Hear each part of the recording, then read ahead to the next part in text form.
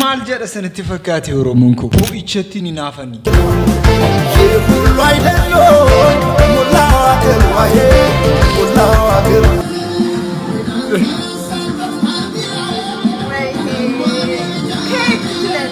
Imboyna nama maje tabo marakate kun hariinuu eenyuuf ba'a ture akkamittis bo'aa turani maaliif bo'aa ture ፕሬዝዳንቲን keenya yeroo tokko akkas jedhani turan የአዲስ አበባ ልጅ የሚያደርገው ስራ ነው ጀርሞ ዴቢ ከነይ አልበመ ጀራቲ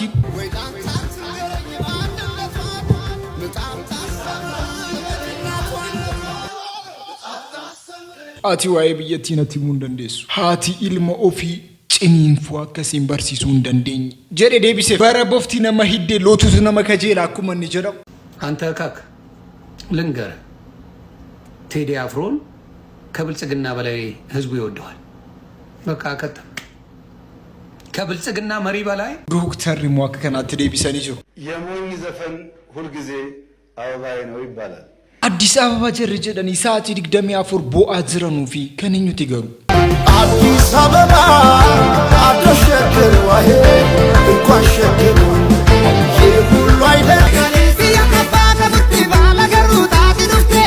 ገሩ ሙዚቃን ኩነሪን ሞካና ማራ ከኒ ሀተማቶ ደገሰኒቱ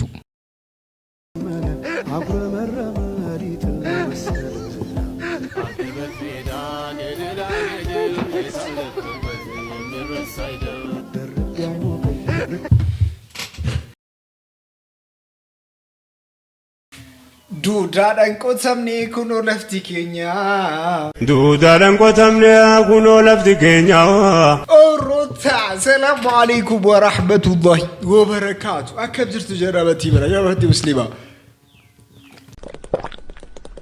Boicha guddaa qabna raboicha kana kan wajjin boonyuta namoonni maaf bo'aa jiru muuziqaan kun eenyu fe'in boosisaa ture namoota akkamiitu bo'aa jira kan jedhu gocheen ilaalla gara biraatiin immoo isin garuu akkam jirtu biyyi maal fakkaataadha biddeessin jirtan hojiin barnoonni hundinuu Balati babe malta tibabi ufatte Bek kanatu barbaadame sunumte nagaata amari namoonni tokko mu waa'ee kana irratti mu jecha gurguddaa haasa'aa jiru dhugaadha kana sarra deebine kan ilaalluta jechi Dr. Abiyyinis kan haasa'an jiru kanas deebine ni ilaalla rawaadanu kan wajjin ilaalluta like gochuu keessan akka beekanii hundi keessanu viidiyoon kun akka inni vaayiraalii bogochuu kan hundi keenya yoo Duudhaan qotamne kunoo lafti keenya kakawwisee roobuu eeggachuuf tetteenya kana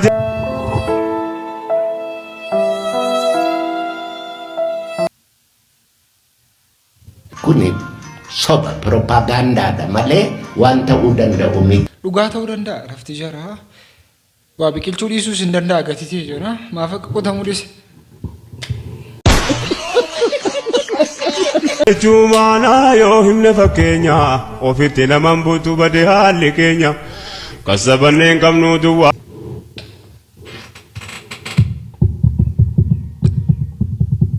wala mannu amma wala mannu gidduma ammoo wala mannu Duudhaan qotamne kunoo lafti keenya Duudhaa miti lakkii qonnee lafa keenya qonnee bulleessine facaasuudhaaf teenya walsuguun maaliif barbaachise jara keenya akkuma duraanuu jenne karaa nu fageenya maali bu'aan keenya duwwaa ittiin nu bilkeesse yaa Allah yaa Rahmaan በቃ ከከነ ከን ቆታሜ ሲሉ ማን ቤከማማ እቹን እጁማለ ጉበኒ ወይኑ መሰልපኒ ላ ኢላሃ ኢላላህ አከሳሱ ወርወሪ ቢት ኦሩታ ወላ አከሳሱ ወርወሪ አነ ማነጋድ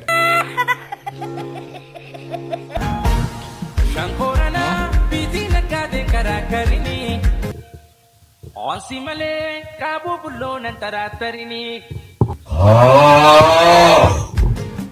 Quraan rabbiiti haasaan haasaa jaaloo karaa nabiyyeeti karaan karaa jaaloo Jarri matsaaf quddasii baadhattanii jarri qur'aana baadhattanii akka kanaatti dannasta of eeggannoo guddaa gochuu qabu. Duudhaan qotamne kunoo lafti keenya Duudhaan qotamne kunoo lafti keenya nama qotu dhibame jechuudha. Namni hojjete nyaatu hin jiru. Bareedinaani akka argetti sakafaraan jira. Yuunivarsiitii irraa marraqame. Bareedduu akka argetti sarkaa fiiqan. Hundarrattu takkaffaa. Bareedinaanis dandeettiidhaanis difratiidhaanis haasawaanis waan hunda godhuudhaan takkaan bareedinis fayyasitti mul'atu mi'ee. Isaan bareetti.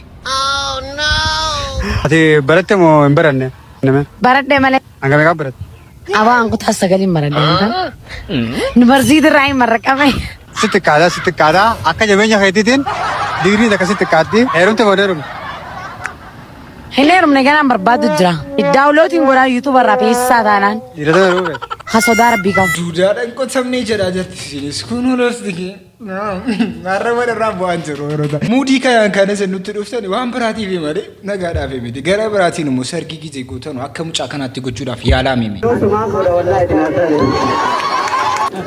Guyyaa har'aan tanaa baga eebbifamtee tuni hedduudha naaf taate mustarii haatuni hedduudha bareedde amma umriin biyya 13 taate ammatuma torba silaa na waamate anuusumaan Gabaabii keessan bareeffatanii maada kanaa wal fochuun hin jiru duudhaadhaan qosabnee kunoo lafti keenya. ወንድ ልጅ ምን እንደሚገርመኝ ታውቃላችሁ? የትኛውም ወንድ ልጅ አጭር የተባለ ወንድ ልጅ ማለት ነው ከሴት ጋር ሲቆም ረጅም ነው። ሱብሃንአላህ ወላሂ በጣም ነው የሚገርመኝ። እንዴት ይላሉ ይገርመኛል። ስታዩት እኮ ከርቀት አጭር ነው በልጧል ምናምን ልትሉ ትችላላችሁ። ልክ አጠገብሽ መጥቶ ሲቆም ግን ይበልጥሻል። ይሄ እንጃ አላህ የሰጠው የሆነ እንትን ነው ብዬ ነው የማስበው። ምንም ማለት ላይሆን ይችላል ግን አስተውሉ። የትኛውም ወንድ በሴት ልጅ ቁመት መበለጥ አይፈልግም። የትኛውም ወንድ በጣም ኤክስትሪምሊ ሎንግ ምናምን ካልሆነሽ በስተቀር ይበልጣታል። እና አስተውሉ። የሆነ ብሩክዚቲን መሰለኝ ካልተሳሳትኩኝ ላይክ በእድሜ ከምትበልጥህና በቁመት ከምትበልጥህ እድሜ ምናምን ነገር ነው የሚሉትና this much sensitive እንትን ነው እንዴ?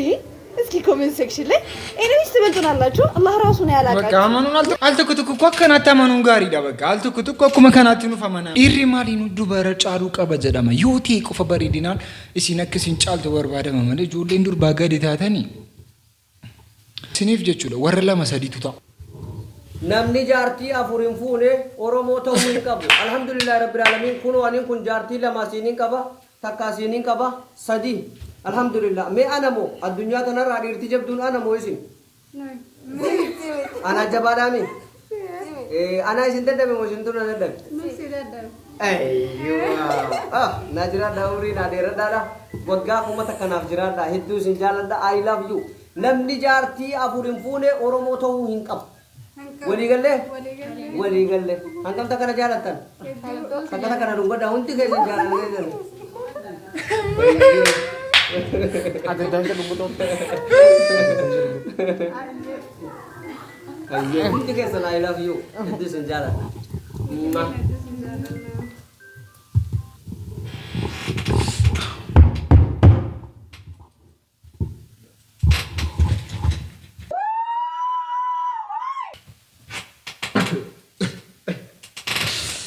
በቃ ዲሳን ቦይና ጀራን መሌ ተኮሌን ፉን ጀራን መሌ ተኮሌ ማን አንቀባን ኢምቦይና በቃ ረኮን ቀብኖ ኦፊሻል ተቆኒ ያልፋል ይሄም ያልፋል በደንብ እንደሚያልፍ በደንብ ነበር ማቅ ፉለኒ ካኒ ሲሞ ከኛ ተውጀቹ እንደነኝ ፈይቱ ጅራ ባልዮ እንጀራ ከና ፈይቱ ጅራ ታታገባም ተብሎ ይጋግል ተብላ አብስትራክት አርጋው ማለት ነው ሞናሊዛ ነው ቹጋ ጆሮዋን ሰለዋለች ቦታ አልበቃትም እንጂ እኮ በከናፏ ፍርፉቹን በርባጭ ሳራ ሲንተኮ ሲንበደነ ነው ጀነ ስተከወረደን ሲንተኮ አከስታ አመለ አፍርፉቹን ቆይ ግን ሴቶች ለምንድን ነው ቆይ ማንሸነው የብሬን እኮ ነው እግዚአብሔር ማለት ማን ነው ቁጭ ብላችሁ ሹኑ ብሎ አዋጅ አወጣብን ሰው ማን ነው ለምዶ ቆመን እንደ ወንዶች ማንሸነው ቆመ የሚያዝ ነገር አለ እናቱ ሚንጠላት የሚያዝ ነገር የሚረገፍ ነገር ይቆሲ በርባጂ ዛሜኔ እናት እሱ ቆም ጀዴት ያሳቢ ሜ ቆሞ ማሽና ታይና ቆም ጀዴት ያሳቢ ሜ አይሚሮን ከና ታዳቴ ናንከን ተበቀማ አይኔናት እርግጥ እኮ ነው ተመለከቱ ላጥ ጀዴት ፊንጫ ዮ በርባደ ታኝታሽ ማሽናት መብታለሽ በርግጥ ግን እንፈቀዳ ሁለታን ተፈጥሮን እንፈቀዳ እንፈቀዱ ዋን ተፈጥሮን እንፈቀድነ አቲ ታገልተሞ ምን ታገሉ ከዲያማ ተፈጥሮ ዳን ጊፍቲ ታይሽና በቂ ነው ቆጭ ብላሽ ካሻናሽ ማቻነሰሽ ቆመሽ ብትበቂ ነው ለራስ እንበሰበስ ታይኔናት ማሳቃ መስጣለቃታታ ለማንኛውም እንበሰበስታ ሰርቲን ፏ ጸዳ የተዘጋጀ ይራ ኤሰቲ ቢሾፍቱ ሆራ ሀርሰዴ ሰዓቲ ኩዳኒ ካሴቲ አርቲስቶኒ ኬኛ ከናከ ሌንጮ ገመቹ ዮሰን ጌታውን ገላና ጋሩምሳ ቀመር የሱፍ አከሱመስ ኢሞ መርጊቱ ጌታንን ከንረት ያርገመንዳ እንዳትቀሩ ፈታ ጀና እምበሰበስ ተዳበተኒ ቦሎን ባይ ጀባታ ዮቲ መነሻው ሪኬስ ትጆልን ዱርባታ ኩትኩ ከንዳበተኒ ቦላ አንጅሩ ጀዳማ ናንደጊ መሪ ነገር ያውሩታ ዱጋረ ብቻ ናንደጊ መሪ ነገር ዳበተኒ ካን ቦለፍተኒ ወጅራተኒ ኮሜንት ጀለታ ነው ጀዳሚ ገረብራቲንሙ ተተኪ የሌለው ወንድማችን ሀጫሉ ጋሮም ሳይርጊዱይ ወጉተሸኒ ኦለኮሲ ሲጅር ሀተው መሪጃ ለሊሳ ኬሰኬኛ ቆፈሶንተይን ኬሰነሙ ተበራል ያከንጆ ሙሊፈማጀ በህይወት ካለው ውሻ የሞተው አንበሳ ይበልጣል።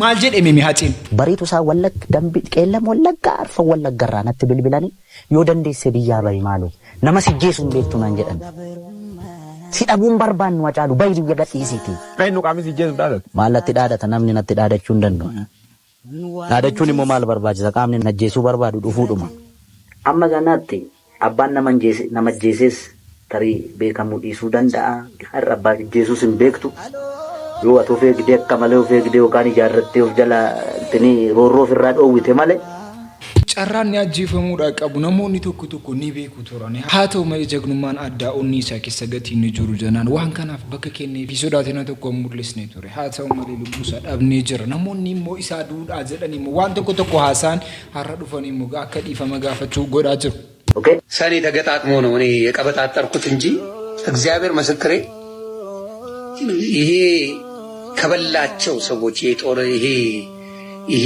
ፖለቲካ አጫሉ በጣም ያሳዝናል።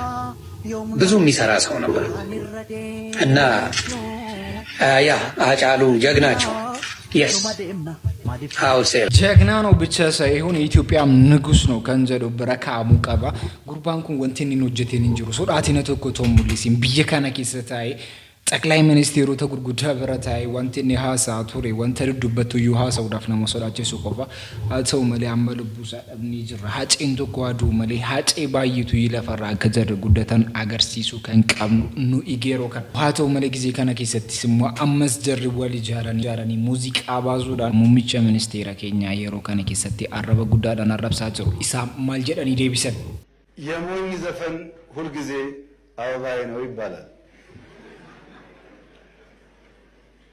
የሞኝ ዘፈን ምርጫ ሲደርስ መንግስት አረጋለሁ ካለ አታድርጉ፣ ሰላም የለም፣ ኑሮ ውድነት ነው፣ እንትና ጸጉሩ ተመልጧል ይላሉ።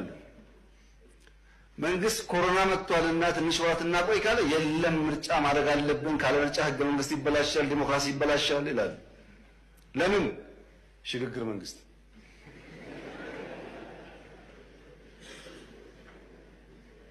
በየትኛው የአፍሪካ ሀገር ውስጥ ምርጫ ሳይደረግ ቀርቶ የሽግግር መንግስት የተፈጠረው? ኤርትራ? የት እናውቃለን? ከየት ተማርነው? ይሄን ምርጫ ተደረገም አልተደረገም ተጎጂው ምርጫ ተወዳድሮ እድል መሞከር ያለበት ኃይል ነው እንጂ ስልጣን ላይ ያለ መንግስት አይደለም። ሙምቺ ሚኒስቴር ከኛ የሮ ከነቂ ሰቲ ነሞኒ ኦሮሞ ታንቶ ኮተኮሌ እትዱላ ጅሩ በከ ጀዋሪሌ ዋንንታኔ ሃሴ ቶሬ ኦሮታ ዋይሰስ ከነቲ ዲብኑታ ጀዋር ረዱፈኒ ነሞኒ ተኮተኮ አብይን ቄቃ ጅሩ ጊዜ ከነኩን ወላለም ሳፊ ጎጉማ ጭማል ታቻል ቴዲ አፍሮ እኮ ያንበጨበጫቸው ነው።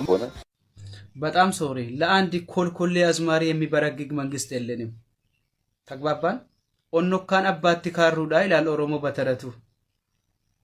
እንኳን ለአንድ ኮልኮሌ ዘፋኝ መንቀጥቀጥ ይቅርና አብይን 24 ሰዓት ውስጥ ከ4 ኪሎ እናባራለን እያሉ ሲፎክሩ የነበሩ አረመኔዎችን 4 አመት ሙሉ ቂጥቂጣቸውን ቀጥቅጠው ህልማቸውን ያጨለመባቸው ጀግናው አብይ ነው። ተግባባን። ኢትዮጵያን እየመራ ያለው ማን ይመስላችኋል? አብይ እኮ ነው። ቴዲ አፍሮ እኮ በአንድ ደቂቃ ውስጥ ጆሮውን እንደዚህ አንጠልጥለው ቃልቲ ውስጥ ማሳረፍ ይችላል። አይፈልግም እንጂ ንቆ ነው እንጂ። ቆይ ቴዲ አፍሮ እንደ ኢትዮጵያ አቆጣጠር 2001 በመለስ ዜናዊ ታስሮ ነበር። የዛን ጊዜ ምን አደረጋችሁ? ምንም አላደረጋችሁም። እዛ ውስጥ እንትን ሆናችሁ በጨዋት በወያውዬ ጆሮአችን አስደማችሁ እንጂ ምንም ነገር አላደረጋችሁም። ዛሬም እንደዛ። ዛሬም እሱ ብታሰር ምንም ነገር ማድረግ አትችሉም።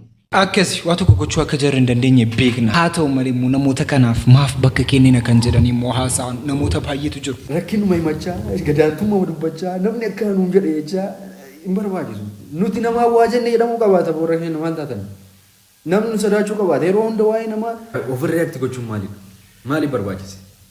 Bara hunda bakka yeroo inni sirba baasu jala deemaa dheedhii akka nuun jedhe so what? Akkasii hin jenne barbaaddeeti moo namtichi kun sirraa'ee akka si faarsu feeteeti moo yoomillee si faarsu macheem nama yaarago yoomillee godhoo akkasii maalidha hunda akkana yeroo hunda sammuu gadaantummaa qabaachuun maalii barbaachise waa hundi si harka jira har'as teediin akkanaan jedhe teedii akkanaan miira gadaantummaa no sirrii miti miidiyaa irratti ilaalaa ture ganamarraa kaleessas maal kun waan sirrii miti ishee nu biratti maal jedhanii nama dubbatu tokko salphisuu ofiitee jalaa callistaa fereed saniin ala vaaliyuu guddaa kennitanii fi baay'ee biizinasiidha innis riyaakshini kana barbaadee sirba kabaasu baay'ee akkana godheen jedhee itti dhagahamaa jechuudha maaliin maan nu godhe afaaniin waan wayii nuun jedhee nama tokko artistiidha. Sirba baasee walaloo wayii barreessee kana hunda nu jeequun qabaatu jechuu barbaadeetti. Callisnee taa'uu dandeenya. Indoom yeroo san akka tuffannee yookaan beekamu yeroo san har'a immoo yoo inni sirba baasee hunda jala deemaa teedii akka nuun jedhe teedii akka no hin barbaachisu. Miira gadaantummaa kana inferiority complex kana of keessaa baasuu qabna bakka.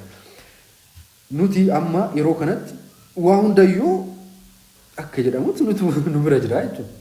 Yeroo kanas rakkinuma himachaa gadaantummaa dubbachaa namni akka nuun jedhe jechaa hin barbaachisu.